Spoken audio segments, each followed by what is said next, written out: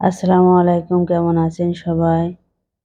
আজকের কিছু রান্নার ভিডিও আপনাদের কাছে শেয়ার করছি। আমি কোনো রেসিপি শিখাচ্ছি না, জাস্ট আমি যেভাবে রান্না করি সেগুলোই আপনাদের দেখাই। যেমনভাবেই রান্না করি, কোনো ভিডিও করব বলে খুব সুন্দরভাবে আসবো এমনভাবে আসি না। তো এখানে গরুর মাংসটা বসিয়ে দিয়েছি। সেমভাবেই আমার তো গরুর মাংসের অনেক ভিডিও আছে। মশলাটা কষিয়ে নিয়ে মাংসটা দিয়ে দিয়েছি। তারপরে 2 টুকরা জয়ফল একটু গুঁড়ো করে দিয়ে দিয়েছি। দেওয়ার পরে মাংসটা ভালোভাবে কষিয়ে নিব। মাংসটা কষানো হয়ে গেছে। এখানে যেকোনো মাংস রান্না করতে গেলে গরম পানি দেবেন। তো ঝোলের জন্য পানি দিয়ে আমি তো ঝোলটা দিয়েই হলুদের গুঁড়া দিই, এখানে জিরার গুঁড়া দিছি। দেওয়ার পরে একটু সামান্য গরম মশলার গুঁড়ো, এখানে একটু বাটা মশলা দিয়েছি।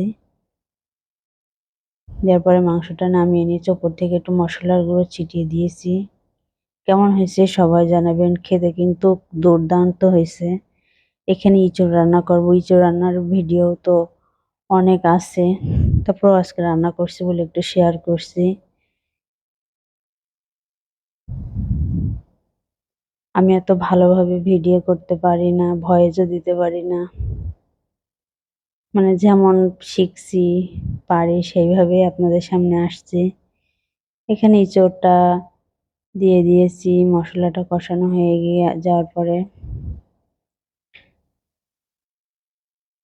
কিন্তু অপর চুলায় এখানে অনেক রান্নাই করছি, তো বুঝতে পারছি না যে কোন ভিডিও আসছে। এখানে ইলিশ মাছ ভুনা করছি, চিংড়ি মাছটা ভেজে রাখছি। এখানে আম দিয়ে ডিমের কোরমা হবে। ভিডিওটা অনেক আছে, আপনাদের মাঝে শেয়ার করছি। এটা আমার ভাবির জন্য প্রতিদিনই রান্না করতে হয়, তো আজকে একটু মেহমানদের জন্য রান্না করছি। তো ইলিশ মাছ ভাজি, ডিম কোরমাটা হয়ে গেছে। ক্যামেরায় কালারটা সাদা এসেছে। এখানে চিংড়ি মাছটা আমি যেভাবে চিংড়ি মাছ কাটি, তো মাঝখানের রগ, লেজের মাথার যে হোলটা, মাথার যে বাথরুমটা থাকে, চিংড়ি মাছের মাথায় কিন্তু চিংড়ি মাছের বাথরুম থাকে, ওটা কিন্তু খুবই গন্ধ, ওটা ফেলায় দিতে হয়।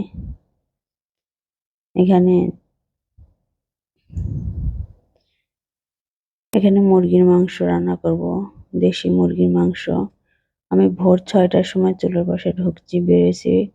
বেলা 11:30টার সময় চুলার পাশ থেকে বেরিয়েছি।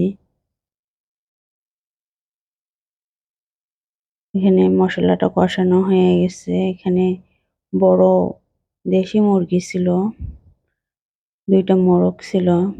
চুলার পাশটা দেখাচ্ছি, খুবই খারাপ অবস্থা। তো মাংসটা কষানো হয়ে গেছে।